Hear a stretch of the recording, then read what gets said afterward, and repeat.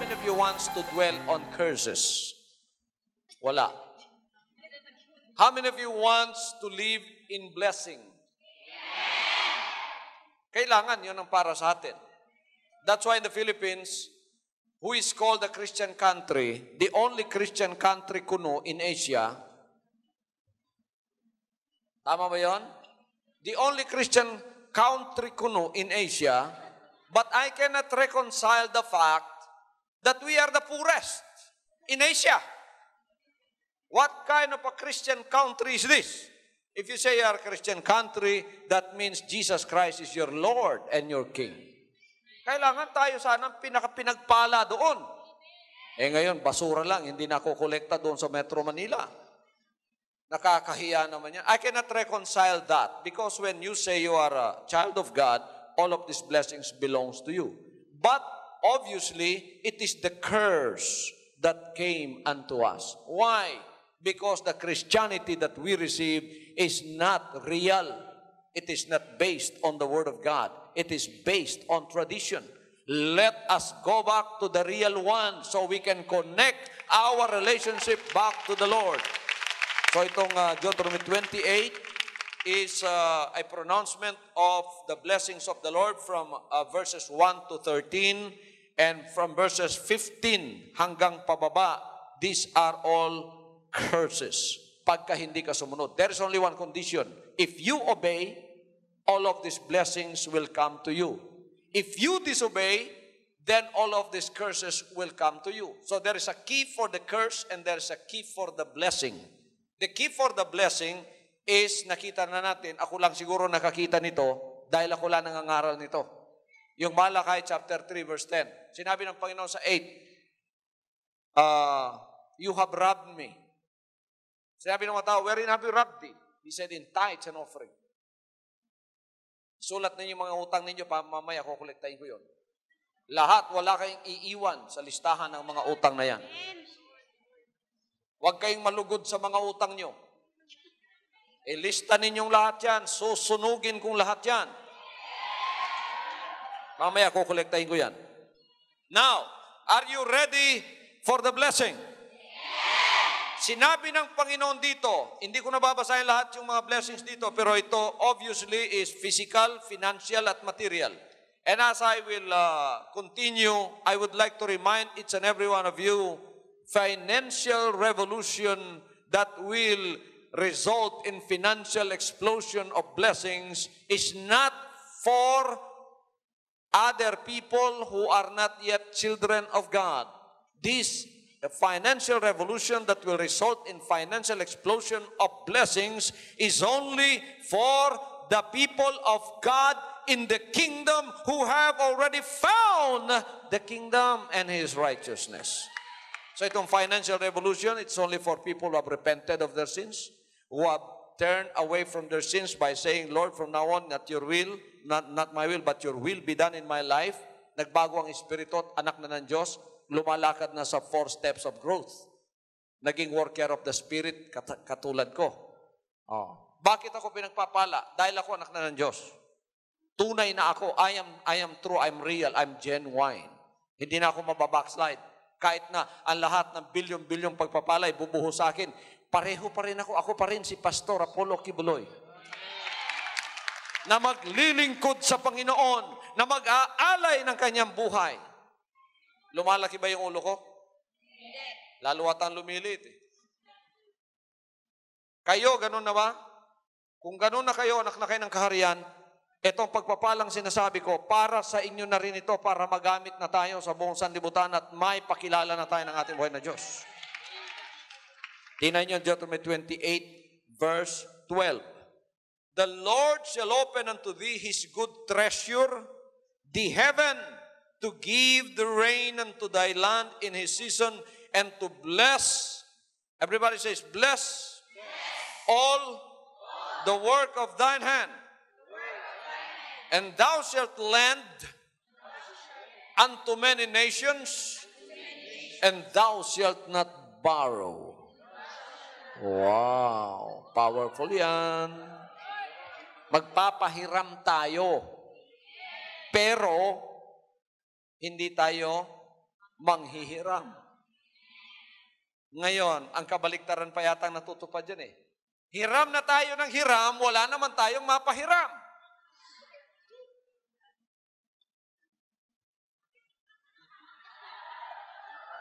So wala pang financial revolution. Ngayon, I will declare a financial revolution and this will happen to us. The spirit of poverty is not money. It is a spirit. Prosperity is also not money. It is a spirit. What is the spirit of prosperity? It is the spirit of giving. What is the spirit of poverty? It is the spirit of greed. G-R-E-E-D. Spirito ng katakawan.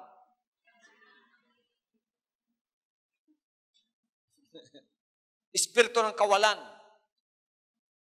Yon ang spirit of poverty. When you have greed in your heart, then spirit of poverty is within you. But when the spirit of prosperity comes and overthrow the spirit of greed in your heart, then the spirit of giving comes into you. Kaya yung Luke 6:38 mangyayari sa iyo. Give, and it shall be given back to you. Hindi ka na natatakot magbibigay dahil yan bumabalik sa iyo. Ano man ang binibigay mo, bumabalik sa iyo. Don't you know that? Magbigay ka man ng masama, yung masama babalik sa iyo. Many people don't know that. It is the principle of sowing and reaping. Your words are equivalent to thoughts. Thoughts are words and words become things. Your words even become poverty or prosperity. They become money or no money. Yeah. Be careful of your words. Mag-ingat kayo sa tinatapon yung mga salita dahil tinatanim ninyo yun. So mula ngayon, ang itanim ninyo, yung gusto nyo bumalik sa inyo. Yung sinasabi nyo. Mag-ingat tayo mga Pinoy. Naku, mahirap yan. Naku, mahirap yan. Araw-araw nagtatanim ka ng similya ng kahirapan. Nang umani ka na niyan, kasi ang isang binhi ng kahirapan, aani ka ng 10 din eh. O ilang kahirapan ang sinabi mo isang araw. Pastor, hindi ko na po mabilang. Kaya hindi mo rin mabilang ang kahirapan na dumarating sa buhay mo. Be careful of what you sow because it will come back to you. The thing you sow is going to come back to you. If you sow an apple, you will reap an apple. If you sow a lanzones tree, you will reap a lanzones fruit. If you sow hatred, you will reap violence. If you sow love, you will reap joy.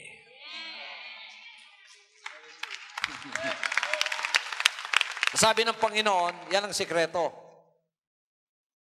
Love them that hate you. Pray for them that despitefully use you. Because it will come back to you. Puro mga magagandang bagay ang babalik sa iyo. Bakit sinasabi ng iba? Swerte naman masyado yung kapatid na yan. Naku. Bakit siniswerte siya? Kasi mga kapatid, baka binigyan siya ng regalo ng Diyos na espiritong hindi masama, no? Kasi meron ganun eh. Na kahit na inaapi-api na siya, pero mapapakumbaba pa rin. Tapos tinataas ng Panginoon. Amen? Pero yung malakas magmura, ano ang aanihin nun? Basta malakas ka magmura, ang aanihin mo, puro demanda. Alam ba ninyo, in the Old Testament, even you read on the book of 1 Samuel, we are told that a group of men who joined King David, when Saul turned against him, these people were on the who's who on the list of the people in Israel.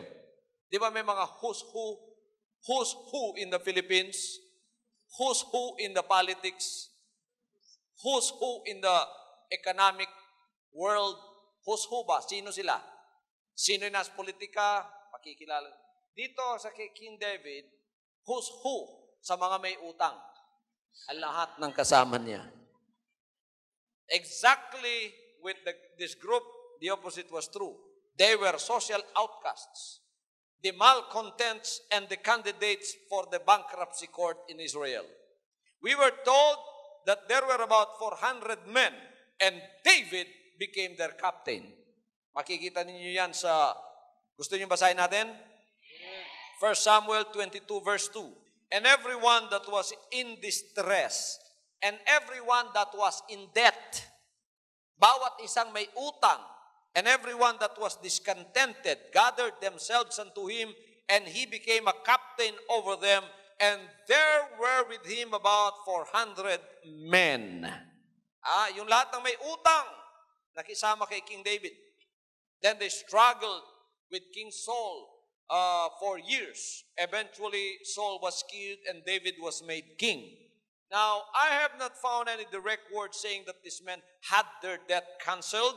However, after King David came to his throne, nung naging hari na si David, many men from his original band of 400 became leaders in Israel. And one can easily assume that with David's ascension to the throne, the debts of those who followed him in his early years were canceled. Kinansel ang mga utang nito. Pinatawad lahat. Kinuha lahat sa kanilang mga listahan ng pagkakautang. Nawalan sila ng utang. Kasi naging hari si David eh. At naging mga leader sila ng Israel, yung may mga utang lahat. Natural, wala na silang utang ngayon. Wala nang maghahabol sa kanila. Now, in the time of Nehemiah, in Nehemiah chapter 5 verses 1 to 4, sulat ninyo yan, the Bible says, and there was a great cry of the people and of their wives against their brethren the Jews, for there were that said, we, our sons and our daughters are many. Therefore we take up corn for them, and we may eat and live. Some also there were there that said, we have mortgaged our lands. Isinanla ang kanilang mga lupa. We have mortgaged our lands, our vineyards and houses, ang aming mga ubasan, ang aming mga bahay. Sino nakasanla na ng bahay? Ubasan o mga lupa. Itong mga kasama ni Nehemiah dito, isinanla ang kanilang mga lupa, ubasan, mga bahay. Sino nagsanla ng bahay para makapunta dito? Okay, mahiya. Ito ng pagkakataon nyo. Lupa. Kalabaw.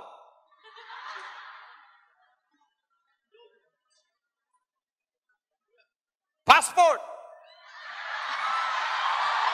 Dami, oh. Okay. Biro ninyo, no? Sinabi dito, that we might buy corn because of the dirt. There were also that said, we have borrowed money for the king's tribute, and that upon our lands and vineyards. Isinanla yung kanilang mga lupa at saka kanilang mga ubasan para makapagbigay ng taxes doon sa hari. Para makapagbigay kayo sa hari, sinanla niyo yung passport nyo, babawiin natin lahat yan.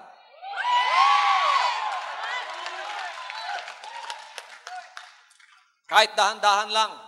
Although slowly, we will pay all of our mortgage values. Like passports, lands, or anything of value. Babawiin lahat yun. Sa financial revolution, yung lahat ay babawiin, isasauli sa inyo. Pagkatapos, hindi lang isasauli, dadagdagan pa ng Panginoon ang mga pagpapala. Now, with this revelation, Nehemiah commanded the Jews to release the laborers from their debts and restore to them everything they had repossessed. Release the laborers from their debts. Palayain sila sa kanilang mga pagkakautang. Yan ang order ni Nehemiah. Bago tunay na magkaroon ng pagpapalang manggagaling sa Panginoon, kailangan ang mga anak ng Diyos handa silang tumanggap sa pagpapala. Hindi tayo handang tumanggap ng pagpapala kung may mga utang pa tayo. Kaya yung pagpapalang tatanggapin natin, kunin lang natin yung para sa ating personal, hanggang may utang ka, dapat bayaran mong lahat yun. Paano, pastor? Hindi na ako makakabili ng bagong baro. Huwag ka munang bumili. Pagtiisan mo muna yung luma. Huwag kang mag-alala. Pagka wala ka ng utang, kahit every week, bumibili ka ng bago. Bibili ka, pero hindi utang. Hallelujah. Tingnan ninyo ang Nehemiah chapter 5, verse 11. This is a restoration period. Nehemiah said, restore. Everybody says, restore. Laksan nyo, restore. I pray you to them, even this day, their lands, their vineyards, their olive yards, their houses, the 100th part of the money, the corn, the wine, the oil, that you exact of them.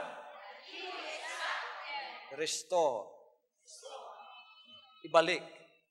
Sinong nagnanakaw sa atin ng pagpapalang yan? Ang nakaupong hari sa financial natin dito, si Satanas pa. Siya ang ating binabayaran ng lahat ng ito kasi siya ang hari ng bankruptcy at utang. Ngayon, anong sinasabi natin kay Satanas? Restore!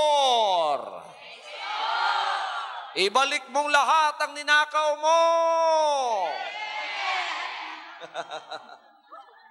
Sinong nakapagnakaw niya? Ng espiritu ng utang, na siyang espiritu ng karukhaan.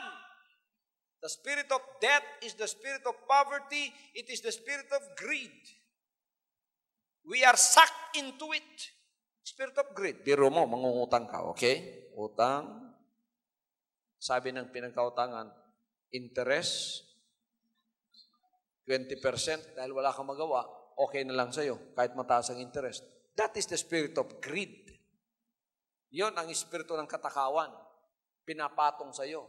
Ikaw, nakapasan ka doon, pagkatapos nasipsip ka na ng espiritu ng katakawan, noong Satanas na nakaupo sa trono ng taong matakaw na yon, mga kapatid, hindi mo alam, sinipsip ka na para kang isang taong sinipsip ng vampira, ang taba-taba mo noon, ngayon, kuyakmus ka na lahat. Tama ba yon? Puro balat at buto ka na lang sa kahirapan mo. Sabi ng Panginoon, the Lord said, restore. This is a year of restoration of what Satan has robbed you of. No. In obedience, the Jewish moneylenders released all of Nehemiah's workers from their mortgages, and restored all of their lands and possessions. Yung lahat ng nagtatrabaho para sa Panginoon, nirelease ng mga Jewish moneylenders. Wala na kayong interest na babayaran. Babalik namin yung mga utang na inutang nyo. Pagkatapos, wala na kayong obligasyon pa. Eto ngayon, ang financial revolution sa Espiritu, i-release tayong lahat. Sa lahat ng mga bagay na yan. Dapat malakas ang palakpak nyo. Dapat masaya kayo. You are supposed to clap your hands because this is freedom from bondage of debt. Hallelujah. Then Nehemiah chapter 5 verse 12 said, then said they, we will restore them, and I will require nothing of them, so will we do as thou sayest. I-release namin sila, wala kaming hihingin pa sa kanila, at gagawin namin ang ayon sa sinabi mo. Now I am dealing with this spirit in the spiritual realm, because it is the devil that wants us to be kept in bondage. The devil wants us to always be in the prison of debt. Although we are already children of God because we already undergone a spiritual revolution, the devil wants to keep us under his foot. because it was not revealed to us yet about the financial revolution until now. Mga anak na kayo ng Diyos, matatapat kayo, gusto talaga nyo maglingkod, pero malungkot pa rin kayo dahil hindi nyo magawa yung gusto nyo gawin. Dahil nakatali ang mga paa ninyo. Ngayon, bibitiwan lahat yan. Aalisin lahat yan. Hallelujah! Hallelujah! Debt cancellation is the will of God. I am reminding you, this is a financial revolution. All of this will happen. Until one day we will all stand before the congregation of the Almighty God, raising up holy hands without utang. Walang utang. Kinakain lang ng utang ang lahat ng iyong mga pagpapala. Para kang nag-aalaga ng grasshopper sa bahay mo. Lahat ng pagpapala dumadapo sa'yo, kinakain lang lahat. Binabayad mo lang doon sa mga pagkakautang at may mga interest pa. Aalisin ng Diyos ang espiritong yan. The Lord will cancel that spirit. The Lord will send away that spirit. The Lord will bind that spirit. And the Lord will cancel everything that has something to do with the curse of death. Sumpa ng utang, aalisin yan. Hallelujah. Never again. We are children of God. Amen. Amen. And Deuteronomy 28:13 says, and the Lord shall make thee the head and not the tail. Thou shalt be above only, and thou shalt not be beneath. If thou hearken unto the voice of the Lord thy God. Nangyayari sa buhay ko yan. Nangyayari sa akin because I am a true child of God. Not because I am a superhuman. No. I am just a child of God like you. I am a son of God. You are daughters and children of God and a sons of God. Ang nangyayari sa akin, mangyayari lahat sa atin yan. Ako ba'y buntot pa ngayon? When I go to America, hindi ako buntot. Akong ulo doon.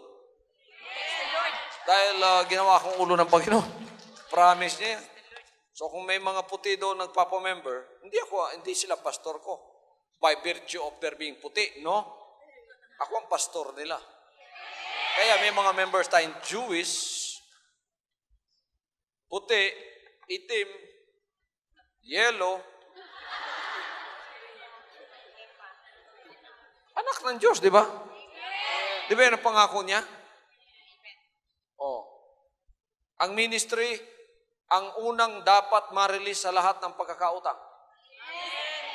Tingnan ninyo ha, kung lahat ng anak ng Diyos matutupad na ito sa kanila, wala silang utang.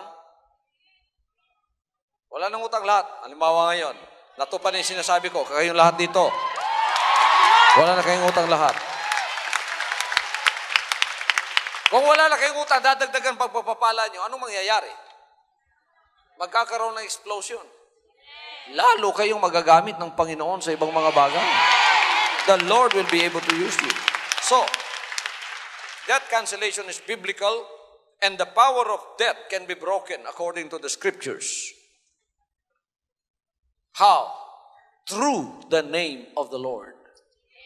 Because the spirit of death is a power, as the spirit of sin is also a power, it is a spiritual power, so therefore it is also through spiritual power that this can be broken.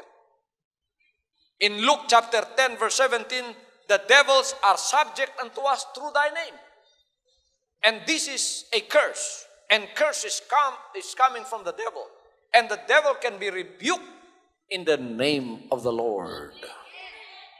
Rebukin natin ang espiritu ng utang. Masaya kayo? Aawayin natin yan.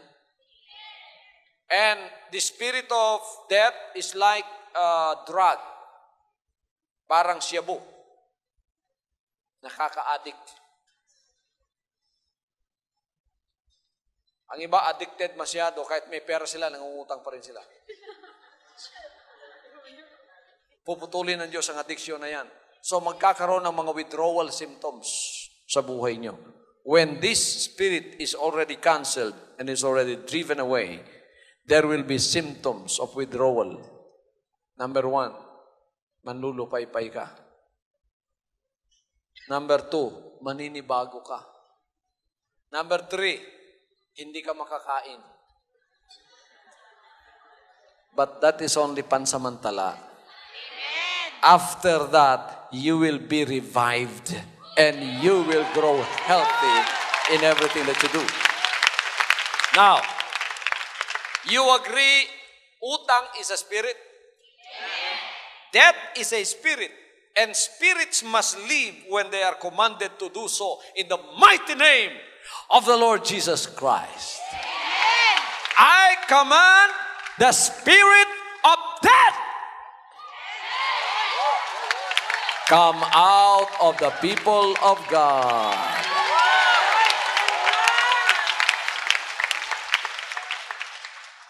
Yung hindi pumapalakpak. He said in Luke chapter 10 verse 19, Behold, I give unto you power to tread on serpents and scorpions and over all the power of the enemy. This is a power of the enemy. The power of death is a power of the enemy because death is a spirit and it is binding us. And the spirit should be broken before true blessings and prosperity can come to us.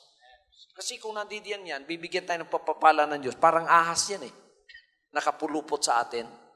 Pagka binigyan mo ng pagpapala, ang taong nakapulupot ang ahas, ahas lang ang kakain. Ang tumataba ang ahas.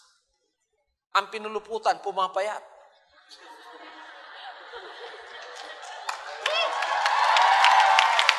Ngayon, anong gagawin natin sa ahas na yan?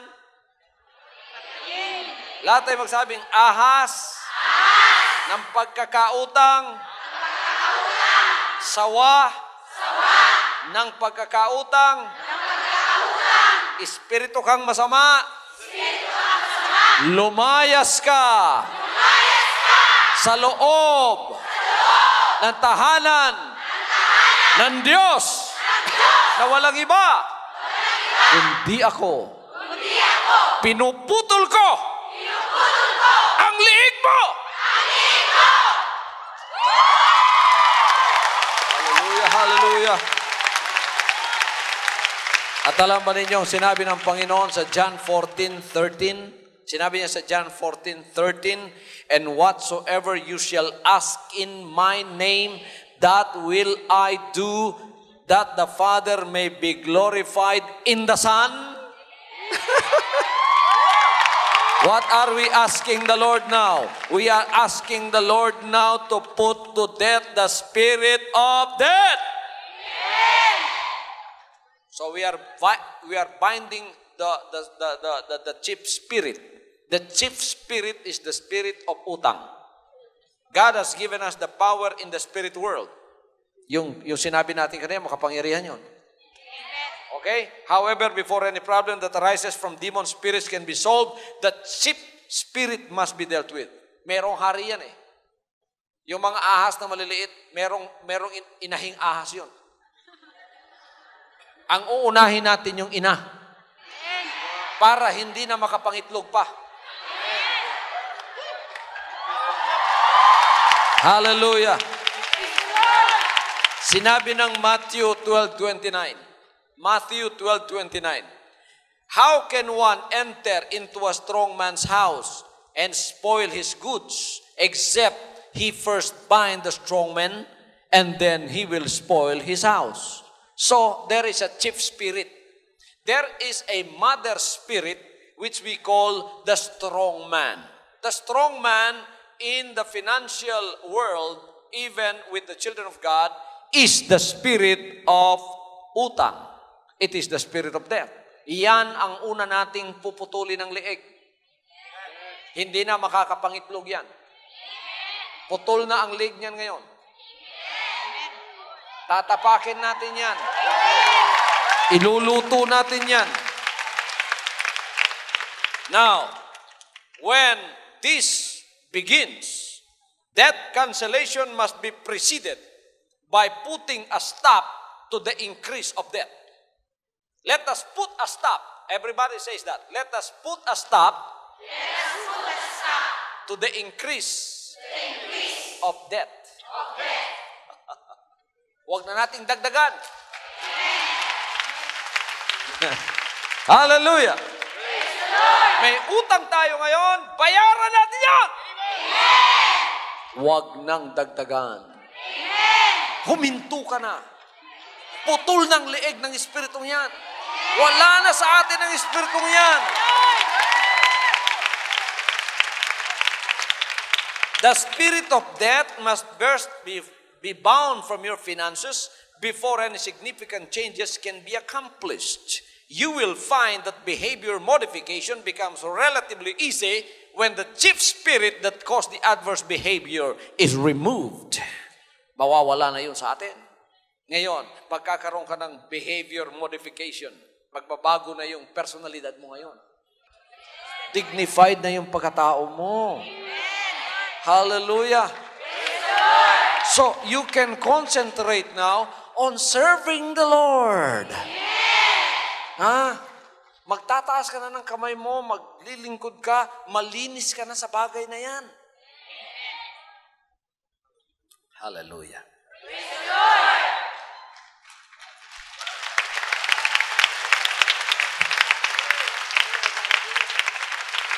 Before I am able to preach this to you, spiritual revolution must first be completed. Spiritual revolution must all be revealed to us. Kung hindi pa na-reveal lahat ang spiritual revolution para sa kaluluwa, hindi ko pa maaaring ipangaral ito. Nang tuloy-tuloy, sapagkat hindi matutupad ang Matthew 6:33. Seek ye first the kingdom of God and His righteousness. Seek ye first. Yun munang unahin. And all these things will be added unto you. So, para sa atin na ngayon to. Dahil na kompleto na yung spiritual revolution message is already complete. Saan ka man pupunta riyan, wala ka nang pupuntahan pa, dito na ngayon tayo. While God keeps us on this earth, His will be done on earth as it is in heaven. Tanong, ang mga anak ng Diyos sa langit, may utang ba? Naku. Ano ang daan doon?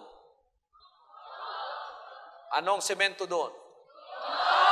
Ano ang mga pader doon? Precious stones.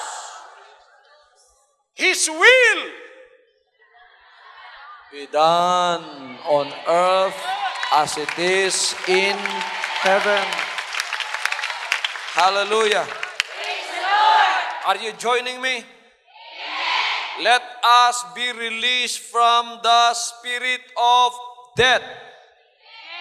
Ang susunod na ibibigay sa iyo ay hindi na pambayad ng utang. Pagpapala na yung para sa iyo. Para sa mga mahal mo sa buhay. Magagamit ka na ngayon ng Panginoon ng tuluyan. God will give you discipline. God will give you the wisdom on how to spend wisely. Because that is part of financial revolution. The wisdom and the knowledge God will give to you will come from Him. Okay? Amen. Amen. Is everybody here giving their tithes? Amen. Yung hindi pa nagbibigay ng tithes na tunay, taas ang kamay.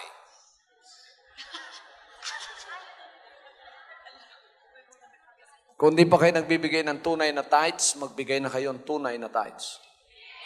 You know, when you return your tithes, you are only proving to God that you can be trusted. That you are already trustworthy. When you give of your tithes, you have given nothing. You are only returning what is not yours. That's why when you don't return the tithes, you are called a thief. Because that is not yours. That is God's. Sa Diyos yan, kapatid. Kaya pagka hindi mo isinauli, ang tawag sa iyo, magnanakaw. Kung magnanakaw ka, hindi ka mapagkakatiwalaan. Kung ikaw ilalagay sa loob ng bahay, although you are already a child of God, but you are a thief.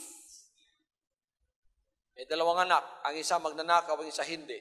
Pero pareho silang anak. Sinong pagkakatiwala ng susi? Yung mabait. Hindi yung magnanakaw. Di ba? The Lord says you are a thief when you don't give your tithe. So you cannot be trusted.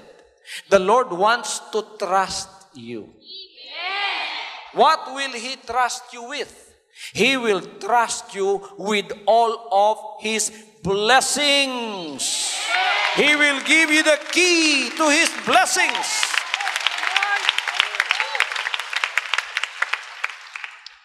Amen?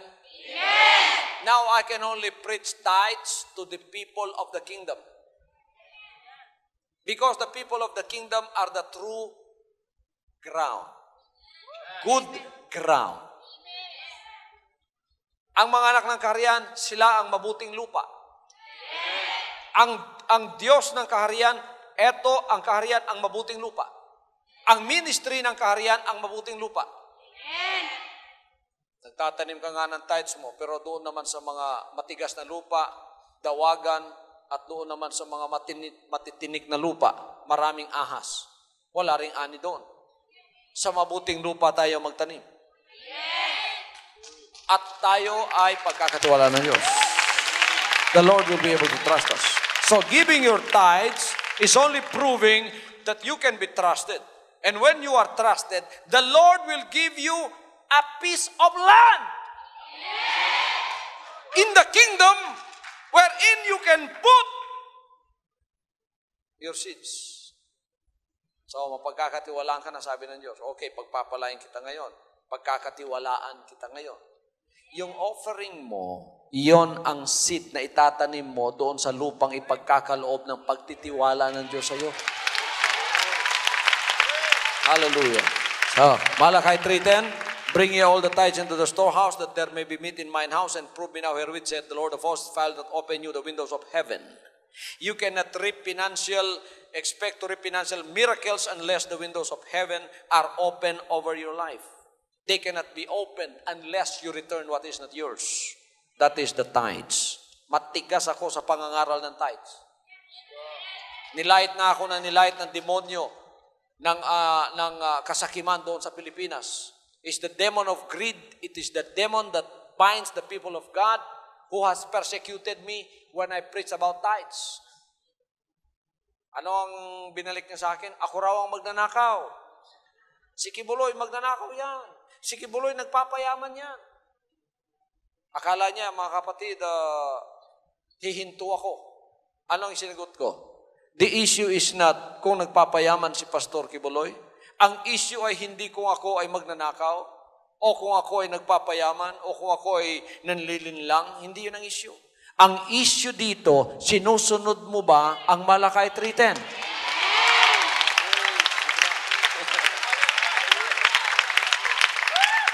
Sinabi ng demonyong itong demonyong pinalalayas ko, anong sinabi niya? Sabi niya, wala na yan! Old Testament yan! Wala na yan! Binasa ko naman sa kanya yung Matthew 5:17. Sinabi ng Matthew 5:17, he said, He came to fulfill the law and the prophets. Not to destroy the law and the prophets, but to fulfill. Is Malachi one of the prophets? Amen. He said not one tittle or one jot of the law will pass until all of this will be fulfilled. Matthew 5:19, anong sinabi niya? He that doeth these commandments of mine and teacheth others to do the same shall be called great in the kingdom of heaven. Sino ang magtuturo sa iba, susunod sa mga pinakamaliit sa utos ko, tuturuan ang iba na ganoon din ang gagawin, kikilalaning pinakamalaki sa kaharian ng Diyos. Amen. So hindi kayo nagkakamali pagka nagbigay kayo ng tithes and offering sa lupa ng kaharian, sapagkat yan ang mabuting lupa. Amen.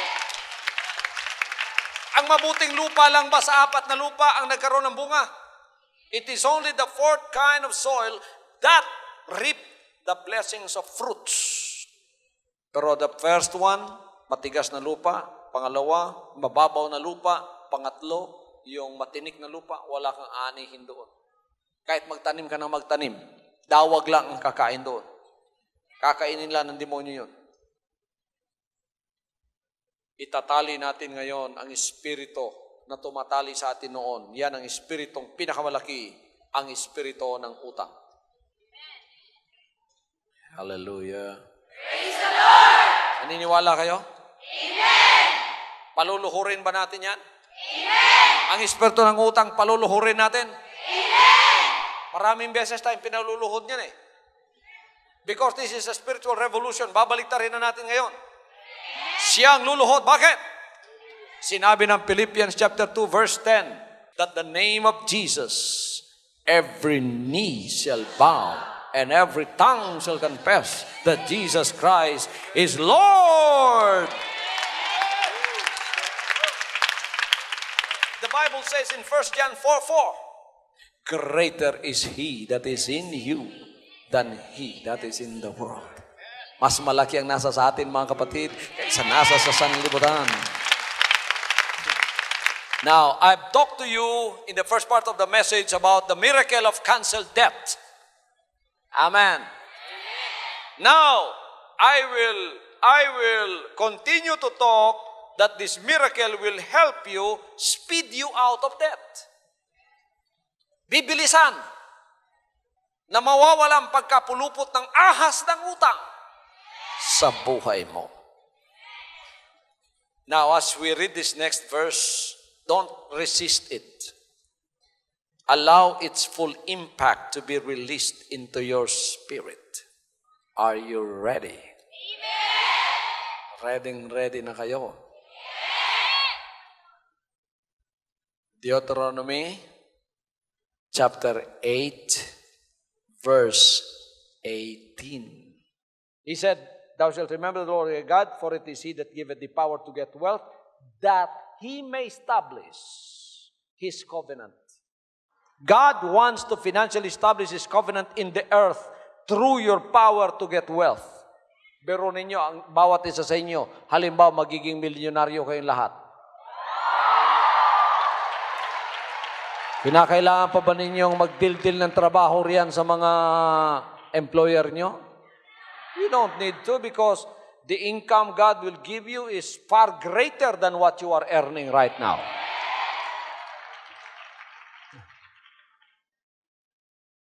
But before this can happen, you must understand what His covenant says.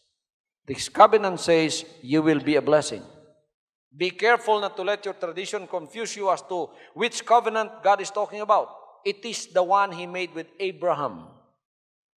In Genesis 12, chapter 12, verse 2 and 3, sinabi, and I will make thee a great nation, and I will bless thee, and make thy name great, and thou shalt be a blessing. Everybody repeat that with me. And I will make thee a great nation, and I will bless thee, and make thy name great, and thou shalt be a blessing. And I will bless them that bless thee, and curse him that curseth thee. And in thee shall all families of the earth be blessed. Sa atin yan. The kingdom of God will become a great nation. And everyone in the kingdom who are giving their tithes will be blessed. The windows of God will be open. And the kingdom of God, listen to this, the kingdom of God will be a great nation. It will be the richest nation on earth.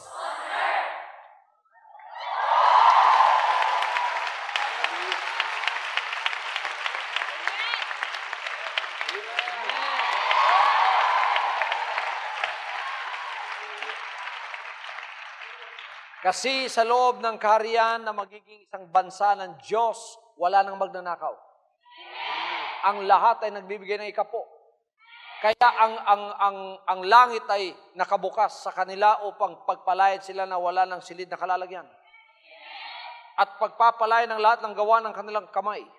Na the more na sila ipagpapalain, the more na lalaki ang kanilang pagbibigay ng ikapu, lalong yayaman ang bansa ng Diyos na walang iba kundi ang kanyang kaharian.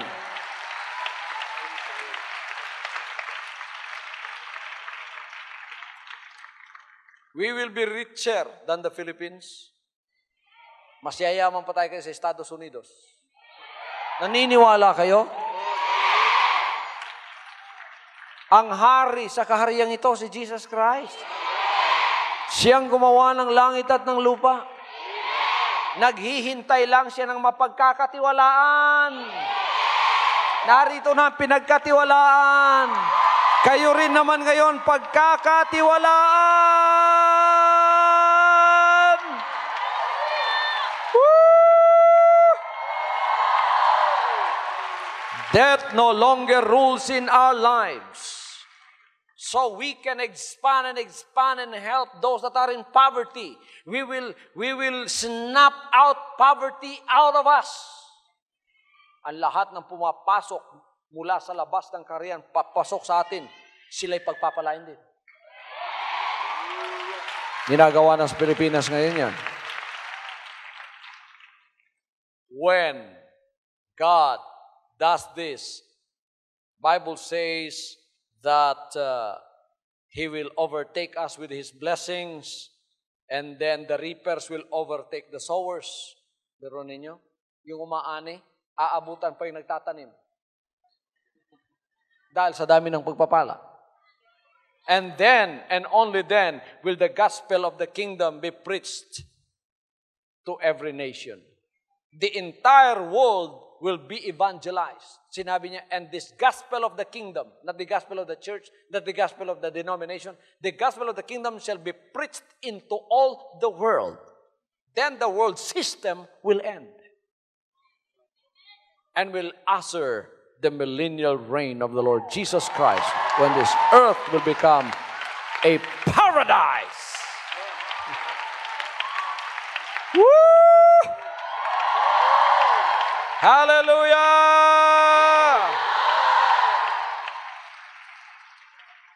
Hallelujah. Ang pera ay gagawing parang buhangin ng Diyos. Naniniwala kayo? Baka this is blowing your mind. Please expand your faith because you have seen nothing like this happened in your life before. But when this power explodes into your hands, you will testify here and you will say what Pastor has said is really true.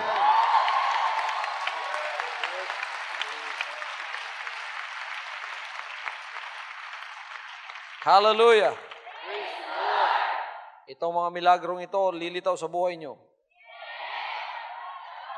The miracle power that breaks the power of death and the supernatural miracle power to get wealth has already been revealed to us in this financial revolution today. The first miracle is the miracle that breaks the power of death, and the miracle, the supernatural miracle power to get wealth. It's in your hands. Tingnan niyo muli yung kamay niyo.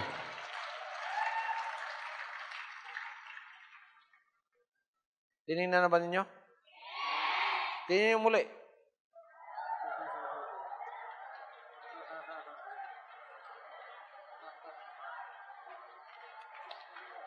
Sasabihin ninyo, Pastor, saan po magmumula yung pera? Okay, buksan natin ang ating Biblia. Proverbs 13:22. Lahat tayo. A good man leaveth an inheritance to his children's children. Etong susunod, maganda ito. And the wealth of the sinner is laid up for the just. So the wicked are ignorantly gathering their wealth. Hinihintay lang ang mapagkakatiwalaang lilitaw na para itong mga pangakong ito matutupad na sa kanya. Ngayon, naririto na yon.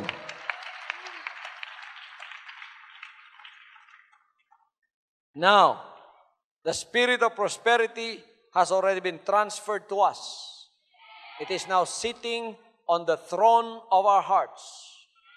By financial revolution, we have been released. And the spirit of poverty, death, and greed is already overthrown. Napaalis na. Espiritu ng kasakiman, espiritu ng utang, espiritu ng kawalan, espiritu ng karukaan, espiritu ng huweteng.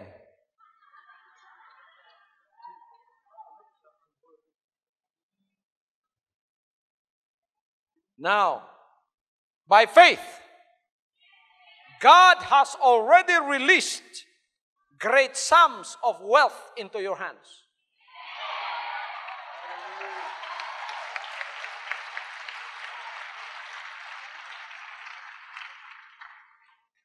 How do you get your share released to you? How do you get your share released to you? By giving. Give, and it shall be given back. Tingnan ninyo, nung tayo, when we were still in the spirit of poverty, when we read Luke 6:38, ang nababasa lang natin yung unang portion lang, give. Ay, naku, ayoko. Give pala yun eh. Pero hindi nila nababasa yung portion ng share na babalik sa kanya. Give. Tayo ngayon, nasa prosperity, anong nababasa natin? Give, and it shall be given back to you.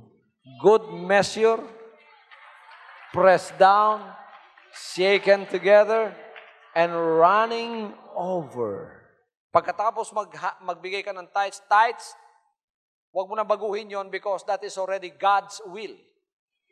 Siya na ang nag-decide kung magkano ibibigay mo. Tithes, 10%. But the offering is Luke 6:38. By the measure you meet, it shall be measured to you again. Pagka nagbigay ka ng tithes, mapagkakatiwalaan ka, may lupa ka na. Ngayon, magtatanim ka sa lupang yon by your offering. So the share, the sum of share of wealth given back to you is according to what you plant. That is your offering. It will be given back to you, good measure, pressed down, shaken together, shall men give to your bosom. With what measure you meet, it shall be measured to you again. How will this be done? Remember, we have the power in our hands.